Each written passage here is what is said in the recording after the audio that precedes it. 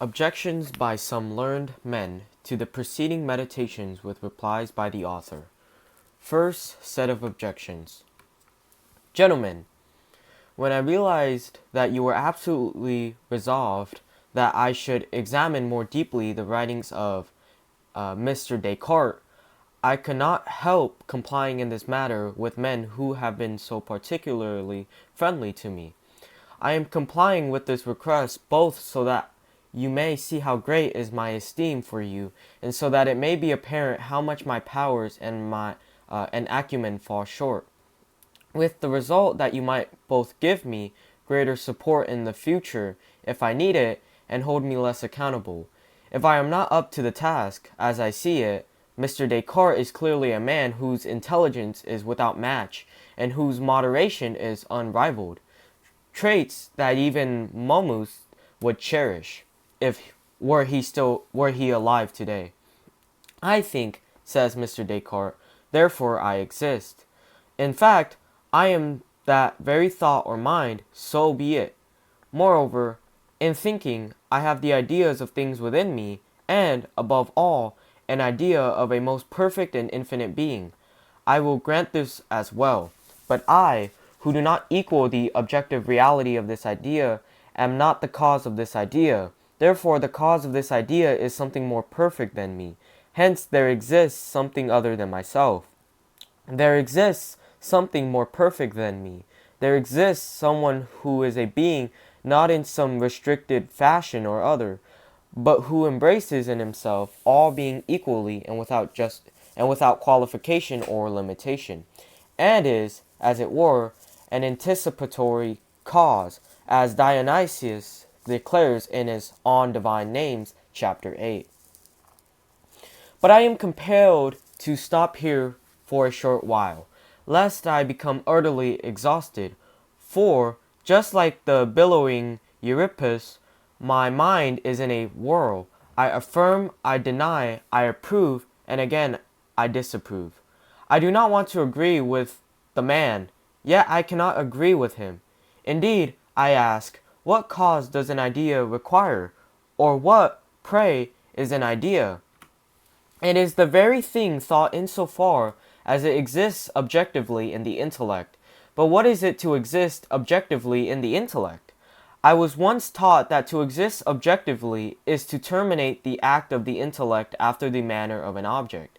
This characterization is surely an extrinsic denomination, and it has no bearing on the thing itself. For just as being seen is simply an act of seeing terminating in me, so being thought or existing objectively in the intellect is an act of thinking on the part of the mind stopping at and terminating in itself. This process can occur whether the thing be motionless or unchanged, nay, even non-existent. Why, therefore, do I seek the cause of what is not actual, of what is a mere denomination, of what is nothing?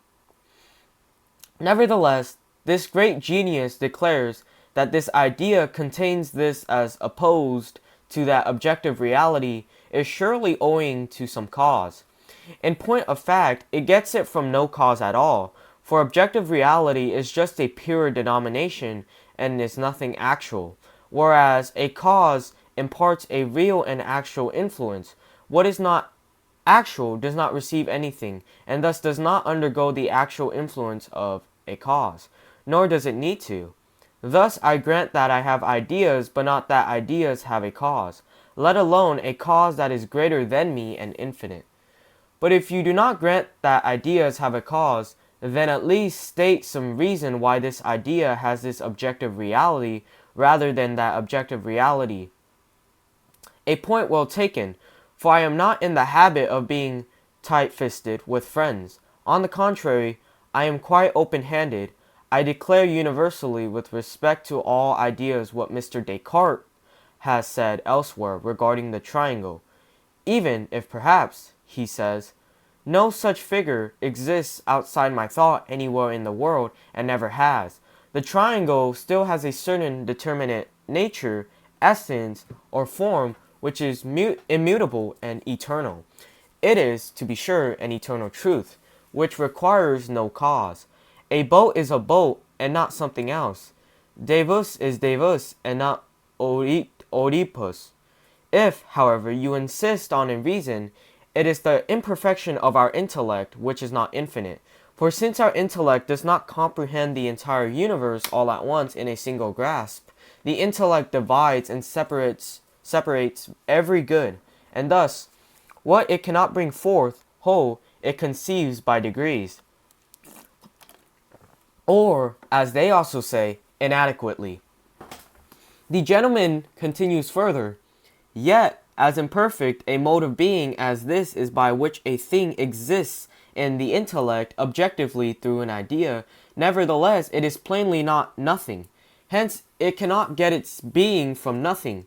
There is an equivocation here, for if nothing means the same thing as a being that is not actual, then it is absolutely nothing, because it is not actual and thus is from nothing. That is, it is not derived from some cause.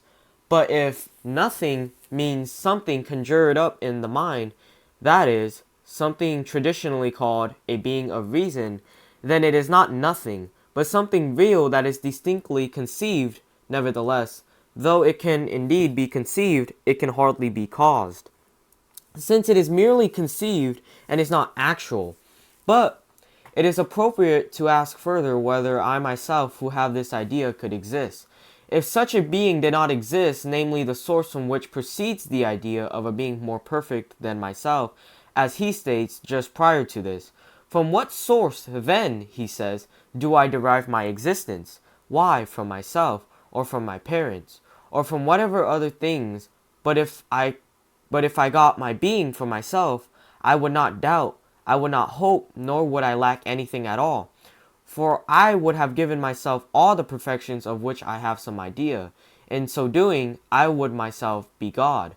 But if I am derived from something else, I would eventually arrive at something that is derived from itself. Now, precisely the same line of reasoning applies to it as applies to me. This is precisely the very same way that St. Thomas follows and which he calls his way from the causality of the efficient cause. He picked this up from the philosopher. However, neither of them is concerned with the causes of ideas, and perhaps there was no need for such concern. After all, should I not advance by a straight and narrow way? I think, therefore, I am, to the extent that I am a mind and an act of thinking. However, this mind, this act of thinking, is derived either from itself or from something else. If the latter, from what further source is that something else derived? If it is derived from itself, then it is God. For what is derived from itself would easily confer all things upon itself.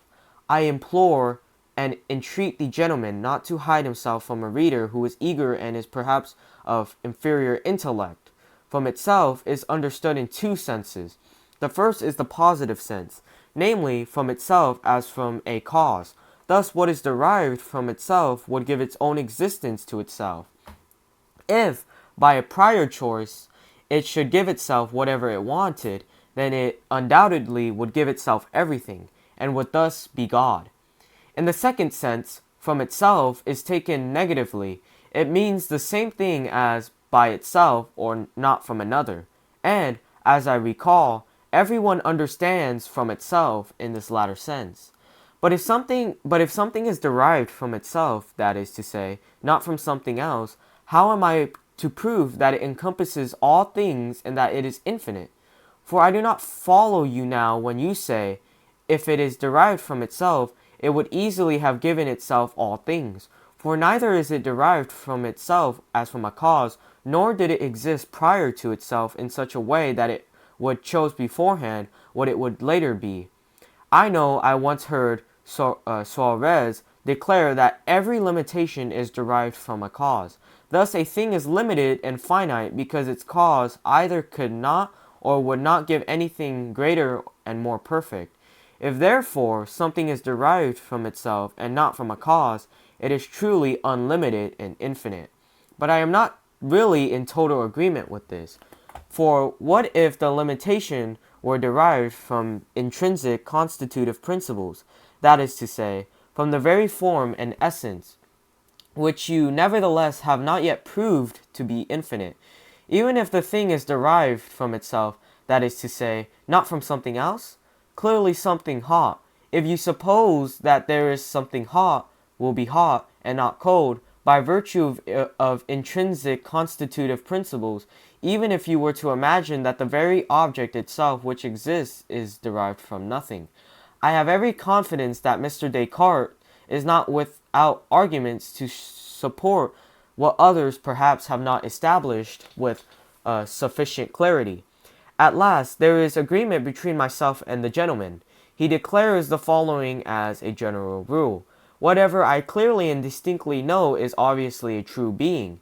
Indeed, whatever I think is true, for almost from our youth we banned all chimeras, and any being of reason, for no power can deviate from its proper object. If the will is moved, it tends toward the good, nor indeed do the senses themselves err, for sight sees what it sees, and the ear hears what it hears.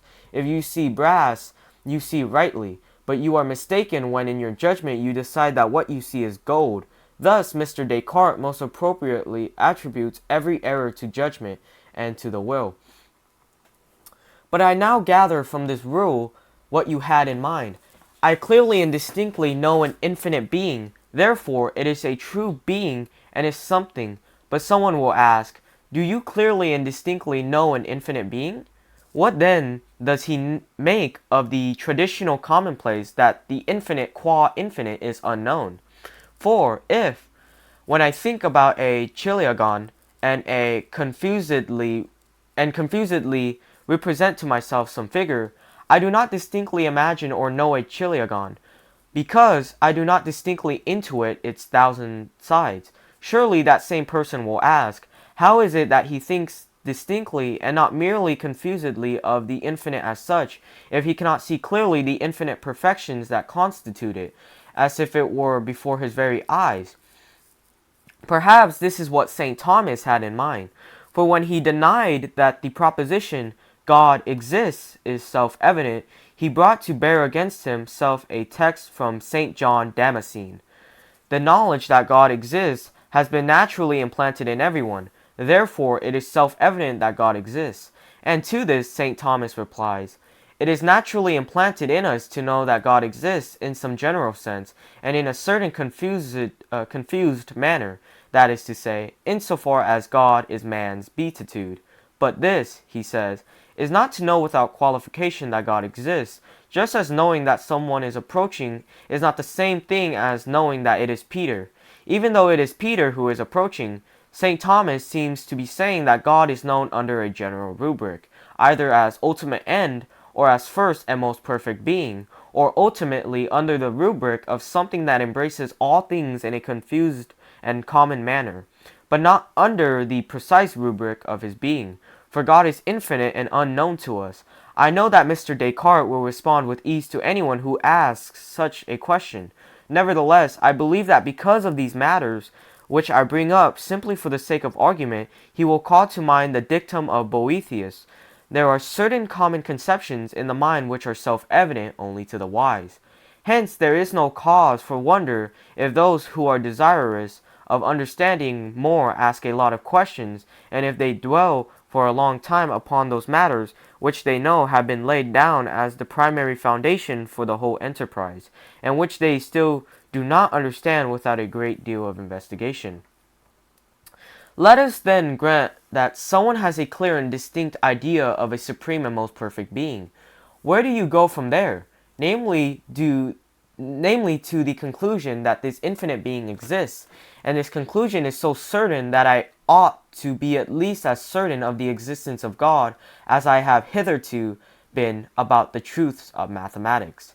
So, it is no less contradictory to think of God, that is, a supremely perfect being, lacking existence, that is, lacking some perfection, than it is to think of a mountain without a valley.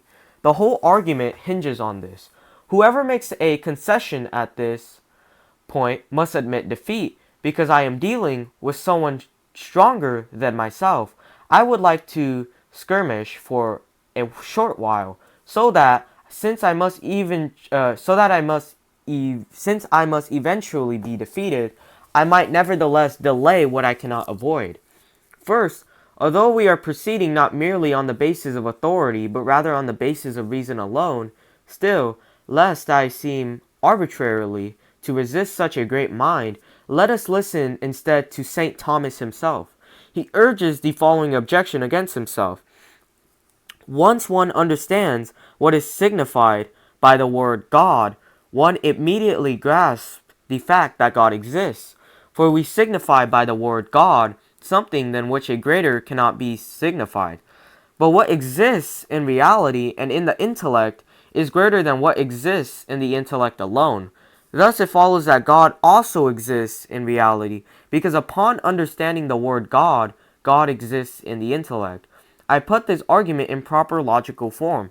Thus, God is something than which a greater cannot be signified. But something than which a greater cannot be signified includes existence. Therefore, existence is included in the very word God, or in the concept of God. Thus, God can neither be nor be conceived without existence. Now, please tell me, is this not the argument of Mr. Descartes? St. Thomas defines God thus, that than which a greater cannot be signified. Mr. Descartes calls God a being who is supremely perfect. Clearly, nothing greater than this being can be signified. St. Thomas states the following minor premise. That than which a greater cannot be signified includes existence. Otherwise, something greater than it can be signified, namely, that which is also signified as including existence. But does not Mr. Descartes seem to state the same minor premise? God, he says, is a supremely perfect being, but a supremely perfect being includes existence. Otherwise, it would not be supremely perfect. St. Thomas concludes, therefore, since the word God is immediately in the intellect once it is understood, it follows that God also exists in reality. In other words, from the very fact that existence is involved in the essential concept of a being than which a greater cannot be signified, it follows that this very being exists. Mr. Descartes draws the same conclusion. But, he says, from the fact that I cannot think of God except as existing, it follows that existence is inseparable from God, and thus he truly exists. But then let St. Thomas reply to himself and to Mr. Descartes.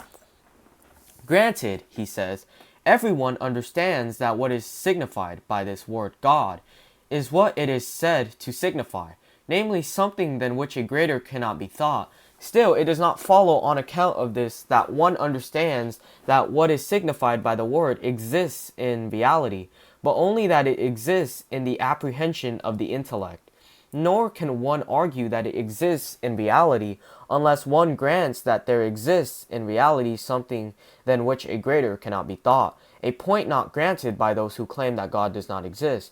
On the basis of this argument, my reply is surely a brief one. Even if it be granted that a supremely perfect being entails existence in its very defining formula, still it does not follow that existence is something actual and real, but only that the concept of existence is inseparably joined to the concept of a supreme being. From this, it follows that you do not infer that the existence of God is something actual, unless you presuppose that this supreme being actually exists. For then it will actually include all perfections, and surely the perfection of real existence. Forgive me, gentlemen, for I am wary and will engage in a slight bit of frivolity. The compound existing lion includes both lion and the mode of existence, and it surely includes them essentially. For if you remove either of the two elements, it will not be this very same compound. But then, has not God throughout all eternity known this compound clearly and distinctly? And does not the idea of this compound, precisely as a compound, essentially involve each part of it? That is to say, is it not the case that existence is of the very essence of this compound, existing lion? And yet a distinct knowledge on the part of God, a distinct knowledge, I say, on the part of God throughout all eternity. does not necessarily require that either of the parts of this compound exists, unless one supposes that the compound itself exists, for then it involves all its essential perfections, and thus it also involves actual existence. Consequently, even if I distinctly know a supreme being, and although a being that is supremely perfect may include existence in its essential concept, nevertheless it does not follow that its existence is anything actual, unless you presume that this supreme being exists, for then, since it includes all its perfections, it will also include this actual existence. But then, we must prove by some other means that the supremely perfect being exists. I shall say a little bit about the essence of the soul and about the distinction between the soul and the body. For I confess that this great genius has already so tired me out that I can scarcely go on any further. He seems to prove the distinction, if that is what it is, between the soul and the body by the fact that they can be conceived distinctly and separately. Here I leave the very learned gentleman with Duns Scotus, or John Duns Scotus, who declares that for one thing to be conceived distinctly and separately from another, it suffices that there be a distinction which he calls formal and objective, which he claims to be midway between a real distinction and a distinction of reason. And thus, Scotus distinguishes between God's justice and his mercy, for, he says, before every operation of the intellect, these attributes have formally diverse meanings, so that even then the one is not the other. Nevertheless, it does not follow from the fact that God's justice can be conceived separately from his mercy, that God's justice therefore exists separately. But I see that I have totally exceeded the conventions of a letter. These are the points regarding the matter before us what I observed to be in need of discussion. But you, gentlemen, must select what you judge to be of superior quality. If you support me, we will easily overcome Mr. Descartes with friendship, lest in the future he have any bad feelings toward me, were I to have contradicted him, to have contradicted him a little. If you support him, I surrender. I am conquered, and I readily admit as much, lest I be vanquished yet again. I send you my greetings.